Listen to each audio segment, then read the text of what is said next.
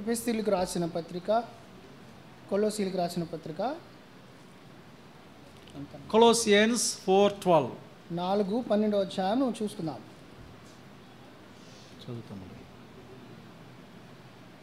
We'll read it all together. అందరం కలిసి చదువుదాం. మీలో ఒకడును క్రీస్తు యేసు దాసుడైన ఎపఫ్రా మీ వందనములు చెప్పుచున్నాడు.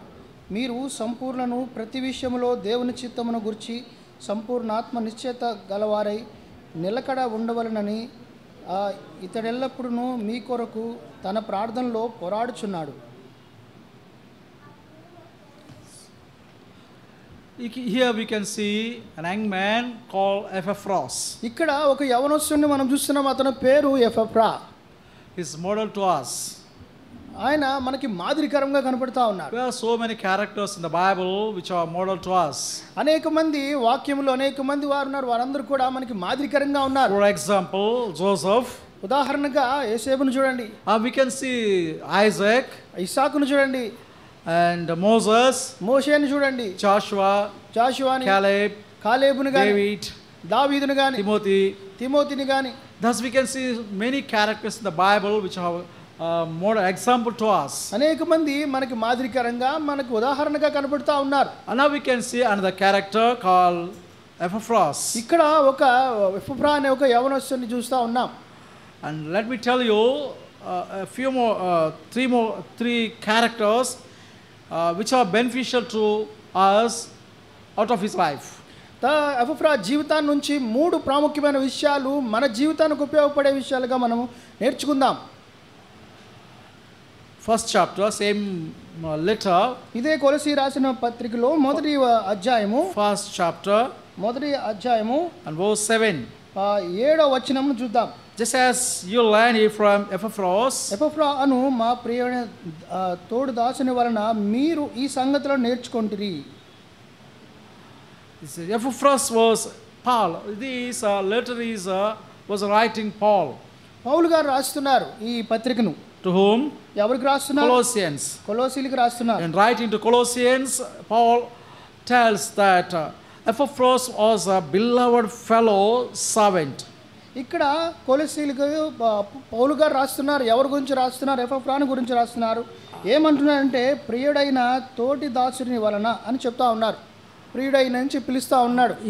He was a fellow servant, not only for servant, born servant. ఆయన తోటి దాసుని వలన ఉన్నాడని. This man, Epaphras, the young man, was accompanied to Paul in the jail, in prison. అక్కడ పౌలు గారు ఖైదీ ఉన్న ఆ సమయంలో తనకి జతగా ఈ ఎపఫ్రా గారు పౌలు గారితో ఉన్నారు. And once we sang a song at the time of offering. నీ ప్రియ ప్రభుని సేవకై అర్పించుకోనివే. ఈ ఉదయకాల సమయంలో మనము బలవర్తమానం సమయంలో ఒక పాటను పాడుతూ వచ్చాం. నీ ప్రియ ప్రభుకి మీ సేవకు అర్పించుకున్నాడు అన్న పాటని. Paul was in prison. పౌలు గారు చెరసాలలో ఉన్నప్పుడు and this fellow servant of God to Paul also was in prison. తోటి దేవదాసుడైన ఎపఫ్రా కూడా పౌలు గారితో పాటు జైల్లో ఉన్నారు. He is not only a fellow servant but also he was a faithful servant. అతను తోటి సహోదరుడే కాకుండా కూడా నమ్మకస్తుడిగా కనబడతా ఉన్నాడు. And when he was accompanied to Paul in the prison, he gave much help to Paul. ఆ సమయంలో తనతో పాటుగా చెరసాలలో ఉన్నప్పటికీ కాకుండా తనకు ఎంతో సహాయకుడిగా కూడా కనబడతా ఉన్నాడు. Because of his companionship he gave comfort to the old man Paul. అక్కడ తనతో ఉన్నటువంటి సహవాస బాంధవ్యాన్ని బట్టి తను ఉన్న వారెందుకు కూడా ఎంతగానో సహాయపడుతూ వచ్చాడు ఎంతగానో. And he was ministering unto the Paul in many different ways. అనేక రకాలుగా పౌలు గారి యొక్క పరిచర్యలో తను ఎంతగానో ఉపయోగపడుతూ ఉన్నాడు. This morning ఈ ఉదయకాల సమయంలో when I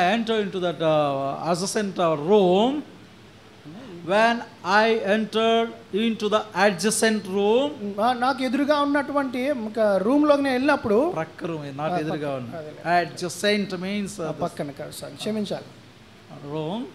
ఆ పక్కన ఉన్నటువంటి నా గదిలోకి వెళ్ళినప్పుడు all the things in the room was upside down. అక్కడున్న వస్తువులన్నీ కూడా ఎలా పడితే చిందరవందరగా ఉన్నాయి. And when I entered into the room, ఎప్పుడైతే నేను ఆ గదిలోకి వెళ్ళానో it was very clean. కానీ అది ఎంతో కానీ శుభ్రంగా అయితే ఉంది. All the things all in the room were set right. కానీ ఇప్పుడు చూస్తే అవన్నీ కూడా సరిగ్గా చేయబడి ఉన్నాయి. I inquired Joshua. I inquired జాషువాని అడిగాను ఏంటని. At the time Joshua was in the room. ఆ సమయంలో జాషువా ఆ రూమ్ లో ఉన్నాడు.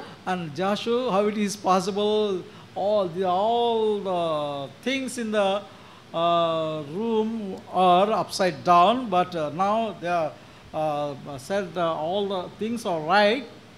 నేను జాషుని అడుగుతా ఉన్నాను, ఎందుకు ఇంత ముందంతా కూడా ఎలా పడితే చిందరవందరగా ఉన్నావు, ఇప్పుడు ఇలా అన్ని కూడా ఎక్కడెక్కడ సర్దుతడుతూ I asked him, ఈ విషయాన్ని తను అడుగుతా వచ్చాను. Who did this? ఎవరు చేశారని. He said, అతను అన్నాడు, myself. నేనే చేశాను. Who told him? ఎవరు చెప్పారు తనకి? No one told him. ఎవరు చెప్పలేదు. And he has a desire to do that. తనకి ఆశ ఉంది అవన్నీ చేయాలని. No need someone to tell you. నీకు ఎవరు చెప్పవసరం, దేవుని మందిరంలో చెప్పవసరం లేదు. So you must be a faithful servant. You must faithful minister unto the servants of God. దేవుని మందిరంలో పనిచేసే విషయంలో నమ్మకస్తులుగా ఉండాలి. You should be like that. అటువంటి మాదిరిగా ఉండాలి. Don't tarry till someone tell to you to do these things or that thing. ఎవరో చెప్పాలి నాకు ఈ పని చేయి ఆ పని చేయి అని చెప్పాలి ఎదురు చూసే ప్రయత్నాలు చేయకండి. All the room is clean. అంతా కూడా శుభ్రపరచబడ్డాయి అన్ని ఎక్కడెక్కడ ఎలా అయితే Epaphras not only ministering unto the Paul in different ways, but he also ministered unto the Lord along with Paul. తన పరిచర్య విషయంలో అనేక విషయాలకు ఉపయోగపడుతున్నాడు కాకుండా కూడా తనకు చేస్తున్నటువంటి పరిచర్యలో కూడా తనకు ఎంతగానో సహాయకుడిగా కూడా కనబడతా ఉన్నాడు. And he is the Epaphras is the person to establish a church in Colossians. ఈ ఎపఫ్రా అనే ఒక యవనస్తుడి ద్వారానే అక్కడ కొలొస్సీలో సంఘం స్థాపించబడింది.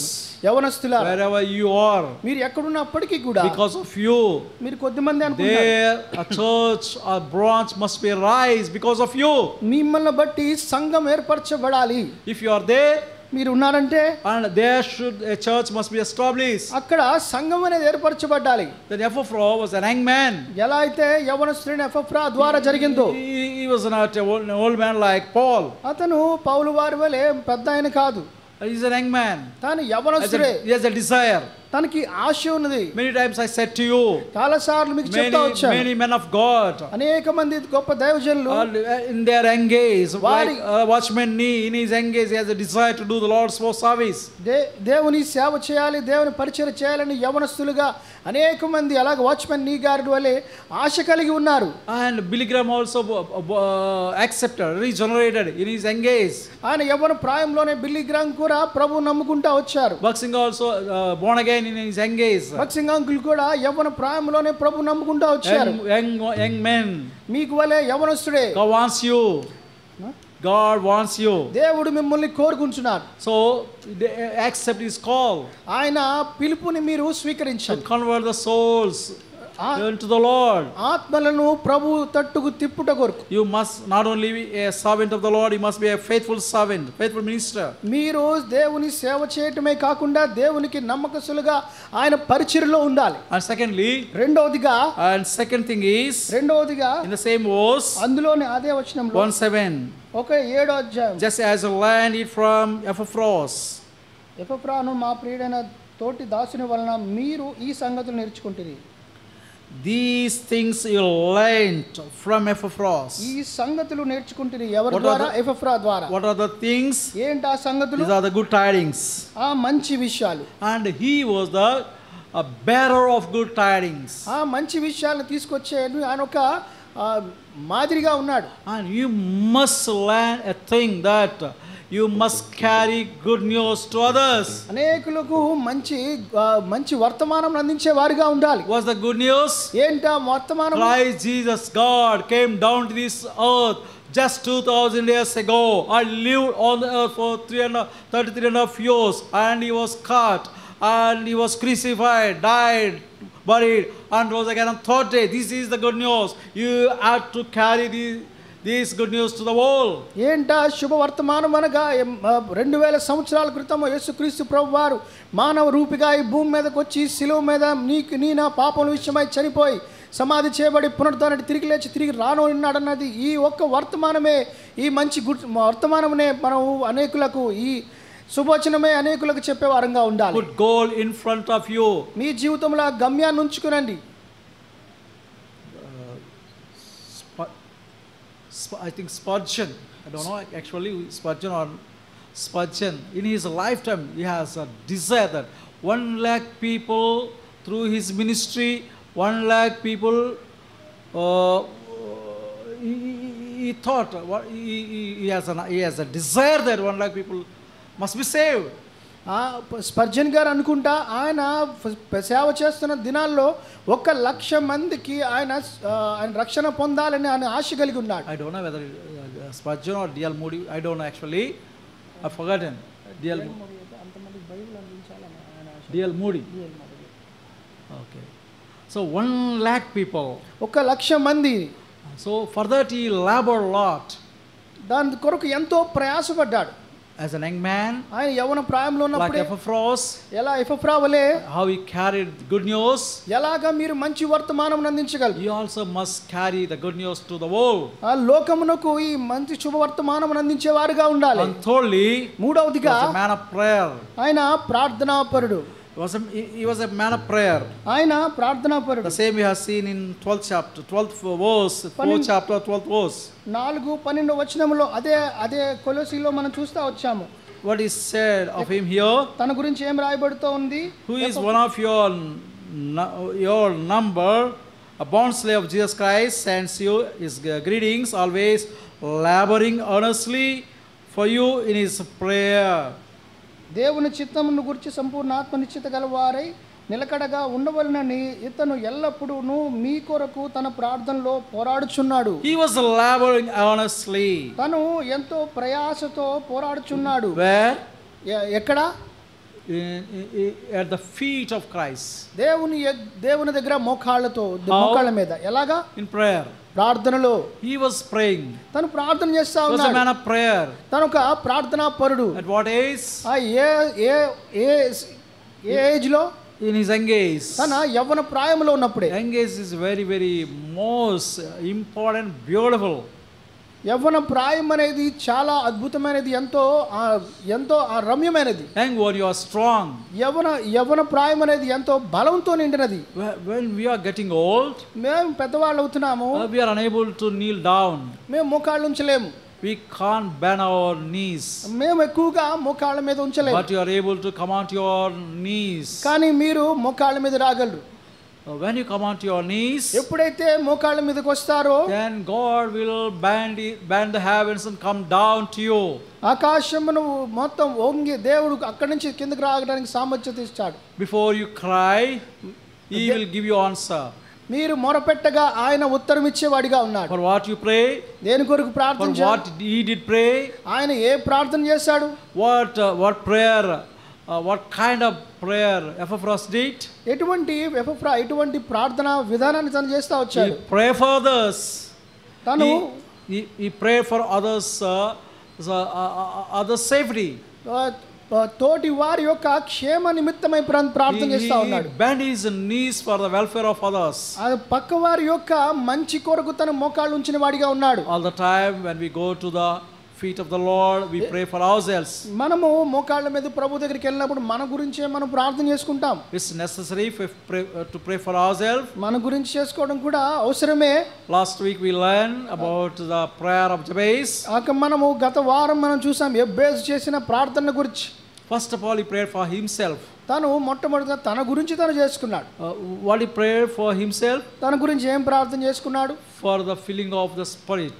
తను పరిశుద్ధాత్మ చేత నింపబడాలని ప్రార్థన చేశాడు. For the unction of the Spirit. తాను పరిశుద్ధాత్మ యొక్క అభిషేకం కొరకు for the ప్రార్థన bestowment చేశాడు. of the power of the Spirit. తాను పరిశుద్ధాత్మ చేత నింపబడి నడవాలని ప్రార్థన చేస్తూ వచ్చాడు. So, dear young ones, Priya యవనస్తుడా, if you go to the Lord, ప్రభు దగ్గరికి వెళ్ళినప్పుడు if you pray for yourself, మీ కొరకు మీరు ప్రార్థించుకున్న సమయాల్లో pray for the strength and power of the Lord Jesus Christ. దేవుని యొక్క శక్తి సామర్థ్యత కొరకు ప్రార్థన చేయండి. Pray for the bestowment of the power from on high. పైనుంచి వచ్చు శక్తి కొరకు మీరు ప్రార్థన చేయండి. And God wants to see you a powerful man on earth. இந்த లోకములో మిమ్మల్ని ఎంతో బలవంతులుగా శక్తివంతులుగా చూడాలన్న దేవుని యొక్క ఆశ. And how he prayed? ఎలా ప్రార్థన చేస్తున్నాడు? Earnestly. ఎడతెగక ప్రార్థన చేస్తున్నాడు. How he prayed? ఎలా ప్రార్థన చేస్తున్నాడు? Hardly. ఎంతో బలముగా చేస్తున్నాడు. So here we can see ఇక్కడ మనం చూసినట్లయితే 4:12. 4:12 వచనములో He prayed తను ఎలా ప్రార్థన చేశాడు? ప్రార్థనలో earnestly. పోరాడుచున్నాడు. Earnestly. పోరాడే విధముగా తను ప్రార్థన చేస్తూ వచ్చాడు. Laboring earnestly. తను ఎంతో ప్రయాసతో అటువంటి పోరాటం చేస్తా I ఉన్నాడు. can say in another word, ఇంకొక మాటగా నేను he చెప్పాలనుకుంటే was praying an agonizing prayer. తను ఎంతో దుఃఖముతోను ప్రార్థన చేస్తా ఉన్నాడు నేను చెప్పొచ్చు. Exercise how to pray a prayer of agonizing. అలాగా మీరు ప్రార్థన చేయటగా అలవాటు చేసుకునండి.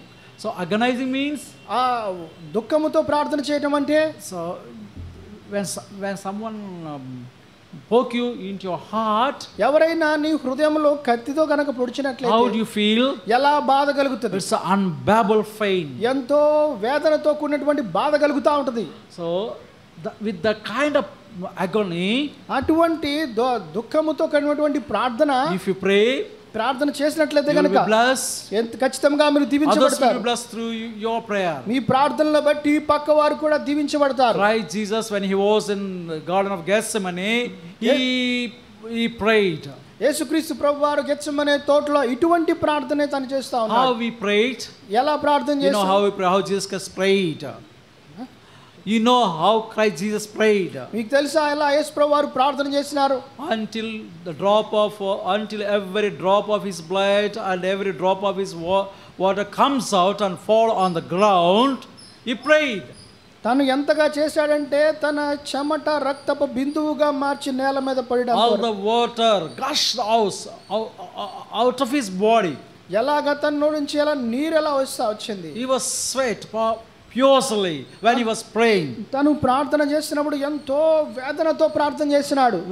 When you are infused with a desire or a spiritual desire, and then you will gush out, that means your labor in your prayer. అంటే ఎప్పుడైతే అటువంటి భారము గనక మన జీవితాల్లో ఉంటే మనం ప్రార్థన చేసినప్పుడు అటువంటి ప్రార్థనతో మనము కూడా అటువంటి లోకం నుంచి దుఃఖముగా బయటకు వచ్చేదిగా ఉంటుంది. You don't care whether blood comes out or what comes out of your body. తన శరీరం నుంచి రక్తం వచ్చిందో నీరు వచ్చిందో అనేది అప్రస్తుతం కానీ This is called an honest prayer. అది నిత్యము ఎడతెగక చేసే ప్రార్థనగా ఉంది. Agonizing prayer. ఎంతో దుఃఖముతో ప్రార్థన చేసేదిగా ఉంది. And many men of God fall prostrate at the feet of the Lord, and day and night they prayed a prayer of agony. అనేక మంది దైవజనులు ఇంత ముందు వెళ్ళిన వారు దేవుని కొరకు పగలు రాత్రి ప్రార్థన చేస్తూ ఉన్నారు. ఇటువంటి ప్రార్థన. Yesterday I have seen a man sent to me through WhatsApp a small video. నేను ఒక చిన్న వీడియో నాకు వాట్సాప్ వచ్చింది, నేను చూశాను. A single person, a single servant of God, ఒక దైవజనుడు ఒక ఆయన shook all the world. ఆయన లోకాన్ని మొత్తాన్ని మార్చుతా వచ్చాడు. Actually he was illiterate. ఆయన అంత చదువుకోలేదు. Though he was illiterate, అతను చదువుకోలేదు he కానీ shook all the world. ఆయన లోకాన్ని మొత్తాన్ని మార్చిన వాడిగా ఉన్నాడు.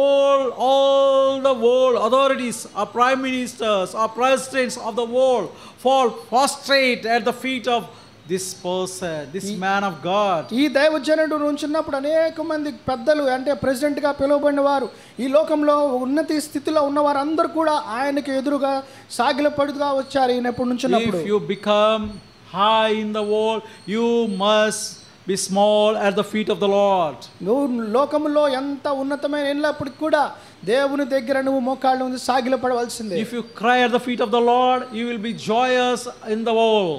నువ్వు గనుక కన్నీటితో ప్రార్థన చేసినట్లయితే ఆ సంతోషముగా నువ్వు అక్కడ ఉన్న స్థితిలో ఉండగలుగుతావు. If you spend with tears in the presence of the Lord, you will be happy in the world. నువ్వు దేవుని సన్నిధిలో ఎంతో దుఃఖముతో ప్రార్థన చేసినట్లయితే లోకములో ఎంతో సంతోషముగా జీవించేవాడు. Because you are not shedding your tears at the feet of the Lord, you are crying outside. నువ్వు దేవుని సన్నిధిలోకి వచ్చినప్పుడు నువ్వు పక్క వారి కొరకు ప్రార్థన చేస్తున్నావు కాబట్టి. Because you are not shedding your tears in the presence of the Lord, you are crying outside. నువ్వు దేవుని సన్నిధిలో నువ్వు కన్నీరు కార్చటం లేదు కాబట్టి లోకం దగ్గరికి వెళ్ళి కన్నీరు కారుస్తున్నావు. బయటకు వచ్చి లోకంలో.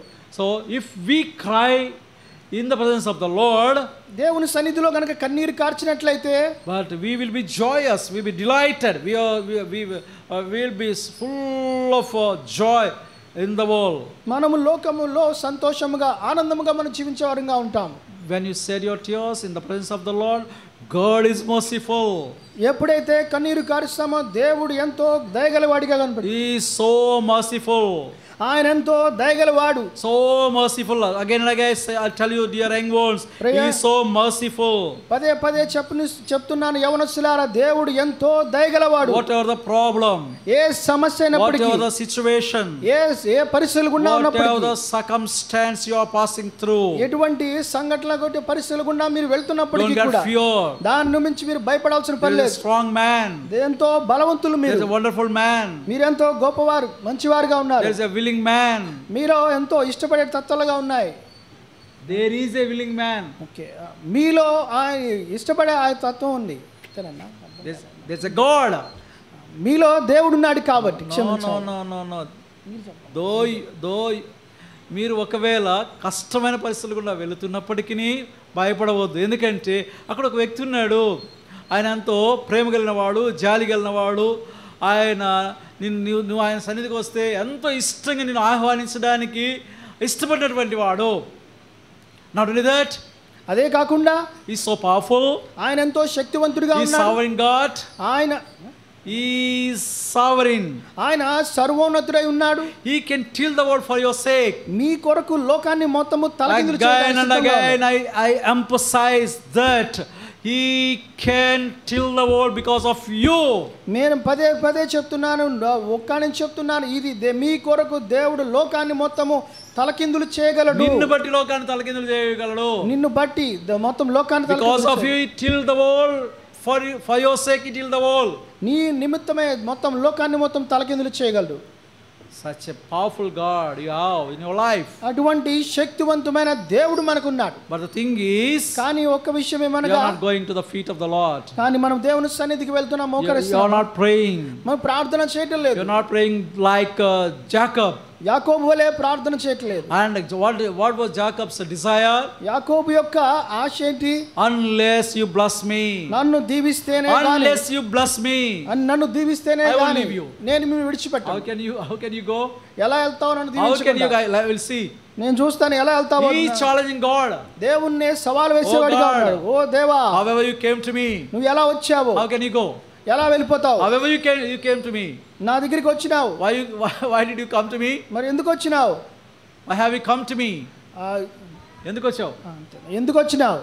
You came to me to bless me. నా దగ్గరికి వచ్చిందే నన్ను ఆశీర్వదించడానికి. How can you go without blessing me? నన్ను ఆశీర్వదించకుండా నువ్వు ఎలా వెళ్ళిపోతావు? I won't leave you. నేను నిన్ను విడువను. I won't leave you. నేను విడువను. Bless me. నన్ను ఆశీర్వదించు. And go. అప్పుడే వెళ్ళు. If you won't bless me, నన్ను ఆశీర్వదించకపోతే be bind in my hand. నా చేతుల్లో నువ్వు అలాగే ఉండు.